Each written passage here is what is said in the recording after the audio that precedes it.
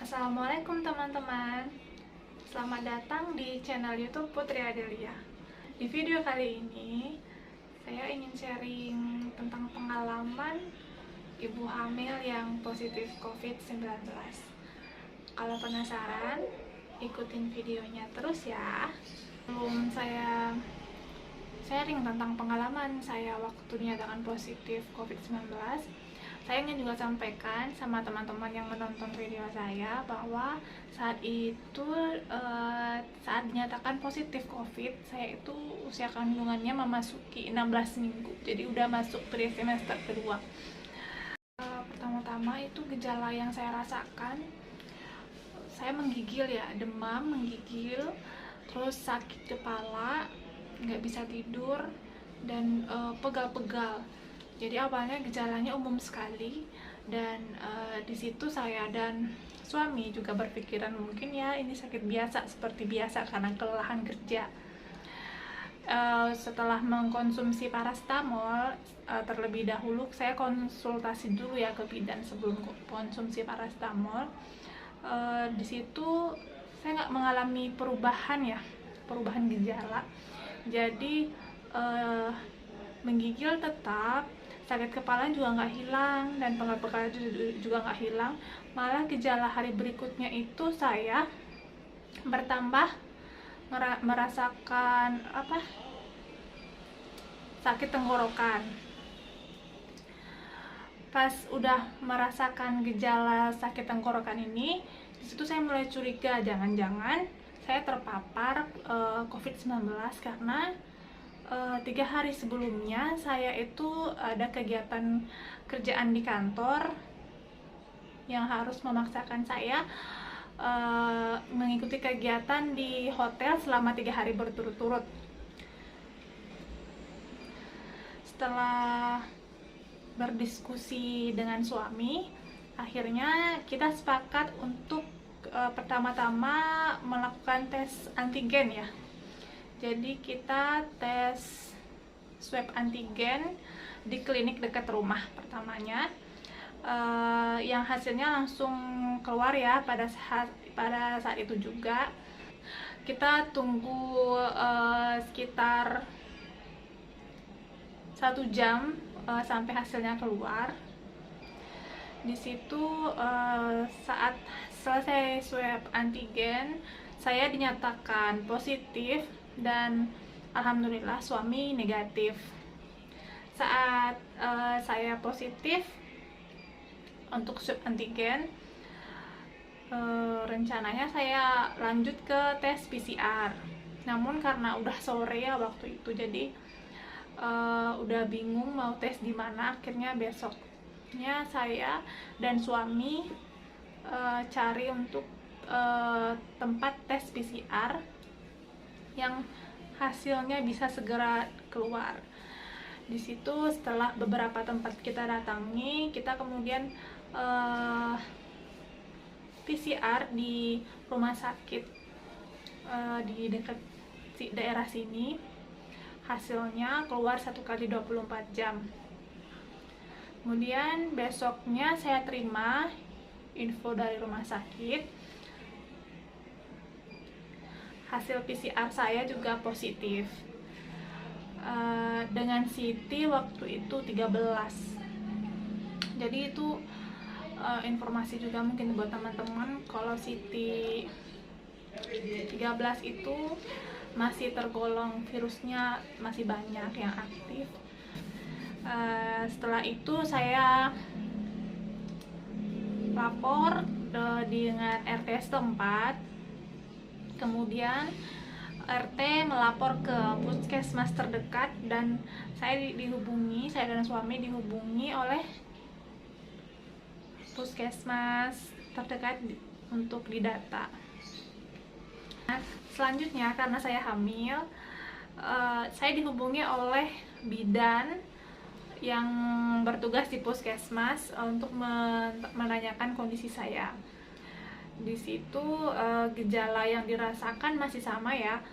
Itu setelah konsultasi dengan bidan, karena juga saya ngalamin sakit tenggorokan dan sedikit flu waktu itu, Jadi saya dikasih beberapa jenis obat-obatan, di antaranya itu obat flu, saya lupa namanya, nanti saya taruh di sini ya.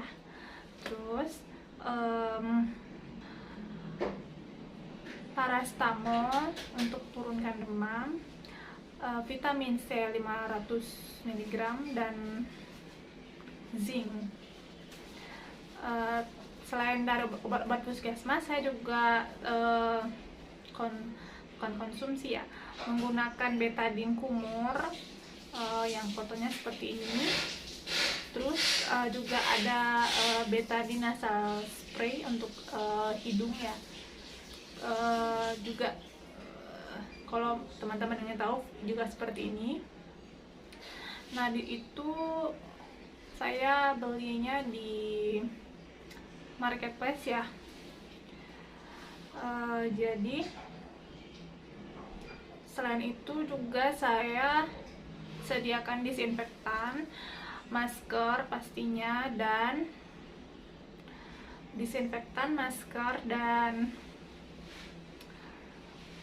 minum obat herbal Quds Al-Hindi. Cuman kalau dari tenaga kesehatan sendiri ya, Quds Al-Hindi ini kurang direkomendasikan karena memang ini belum ada penelitian apakah obat ini aman untuk ibu hamil atau tidak.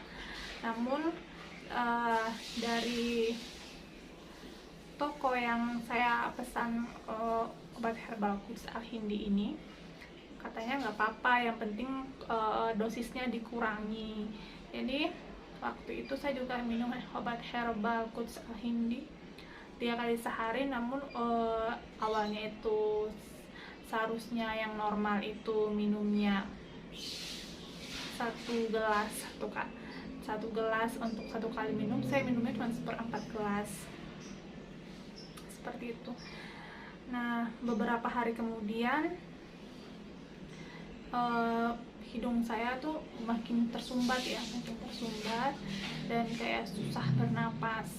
Namun awalnya itu susah bernapas karena memang hidung tersumbat, jadi kalau kita bernapas dari mulut itu tetap tidak terasa sesak di dada begitu. Nah, jadi saya disitu belum begitu khawatir. Memasuki hari ke 10 saya isolasi mandiri. Disitu saya mulai ngerasa sesak ya. Gejala hidung tersumbat saya udah nggak ada karena kan rutin pakai nasal spray juga, tapi sesaknya itu memang murni dari dada gitu, jadi kayak sulit bernafas gitu. Nah, di sini juga saya kurang tahu ya apakah faktor dari pengaruh saya hamil juga waktu itu atau seperti apa. Cuman memang itu kayak kalau malam itu lebih susah bernafas, dan saya juga nggak punya riwayat asma sebelumnya. Di malam ke-12 bahkan itu saya dibantu sama oksigen karena makin susah bernapas, dan akhirnya dibantu dengan oksigen. Dan alhamdulillah akhirnya saya PCR kembali di minggu berikutnya setelah saya dinyatakan positif. Jadi 7 hari setelah PCR saya keluar, saya kembali PCR dengan PCR home care, pastinya untuk mencegah penularan ya di luar. Kalau saya keluar takutnya takut menularkan orang lain gitu. Jadi saya kemarin itu pakai PCR yang home care, dan alhamdulillah walaupun masih positif hasilnya, namun CD saya jauh mengalami peningkatan. Waktu itu udah naik sampai 33, jadi udah melewati masa krisis ya, yang katanya biasanya 10-20 itu masa yang virusnya yang banyak banget, terus yang 10-30 itu masa pemulihan, dan 30-40 itu udah cenderung aman begitu. kalau dari beberapa artikel yang saya baca. Nah, di situ saya juga dibantu ya, selain obat-obatan saya rutin mengkonsumsi buah, sayur, susu ya, dan juga berjemur. Saya minimal 1 hari itu berjemurnya 15 menit di pagi hari.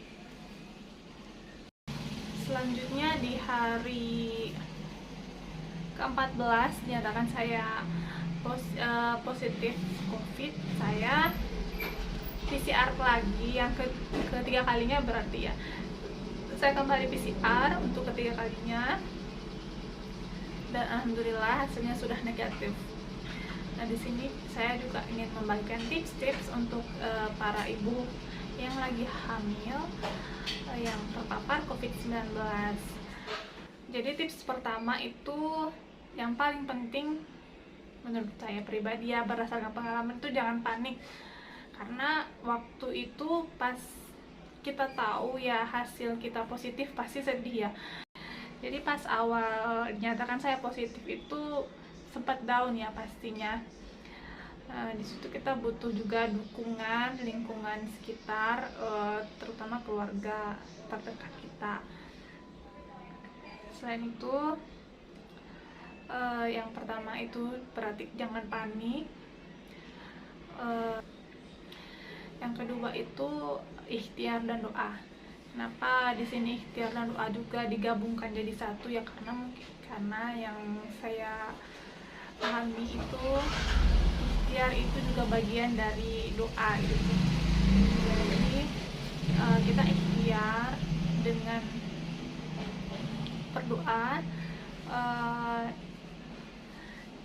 berdoa, untuk meminta kesembuhan. Selain itu juga kita mengonsumsi obat-obatan sesuai dengan anjuran dari tenaga kesehatan. Selain itu, tips yang selanjutnya yang sering saya lakukan waktu isolasi mandiri itu kan ya biasanya kita cukup bosan sendirian, jadi saya banyak nonton video-video lucu untuk menghibur diri. Jadi biar pikiran nggak fokus sama sakit kita ya, jadi kita lebih terhibur dan bisa meningkatkan imunitas kita. Selanjutnya juga saya yang tadi setiap pagi usahakan itu berjemur untuk vitamin D-nya ya. Yang paling penting, yang tidak kalah penting, untuk tetap jaga prokes ya, untuk tetap menjaga prokes kesehatan. Di sini saya mungkin sharing pengalaman kenapa saya bisa terpapar COVID-19. Yang saya yakini ya, karena kita nggak tahu pasti sebenarnya terpaparnya di mana, kapan, dan dengan siapa. Namun yang saya yakini itu karena sebelumnya saya ada kegiatan di kantor yang mewajibkan kita untuk mengikuti kegiatan di hotel selama 3 hari ya, dari hari Jumat, Senin, dan Selasa waktu itu. Nah, dari hari Rabu malamnya saya udah mulai ngerasain gejala, jadi saya ngerasanya mungkin saya terpaparnya waktu di kegiatan itu gitu, tapi nggak tahu, wallahu alam juga. Nah, kebetulan untuk ibu-ibu yang lagi hamil ya, seperti saya juga, itu pasti ngerasain sesak ya. Maksudnya saat pakai masker kayak lebih susah bernapas. Jadinya biasanya saya mungkin karena udah mengabaikan prokes juga ya, karena sesak itu jadi susah untuk bernapas, akhirnya saya buka masker di tempat umum gitu. Nah, rupanya itu mungkin juga menjadi salah satu penyebab kenapa saya terpapar COVID-19. Jadi saya buka maskernya di tempat umum. Mungkin untuk ibu hamil yang memang tidak harus aktivitas keluar rumah, lebih baik di rumah aja, karena memang ada tambahan beban sendiri ya, kita harus pakai masker tapi di satu sisi kita sesak, jadi kan susah ya. Jadi sebaiknya mungkin kita untuk ibu-ibu hamil untuk mencegah terpapar dari COVID-19, jika tidak ada kegiatan yang mendesak untuk keluar rumah, tetap di rumah aja. Baik teman-teman, sekian video sharing saya terkait pengalaman saya yang terpapar COVID-19 saat hamil.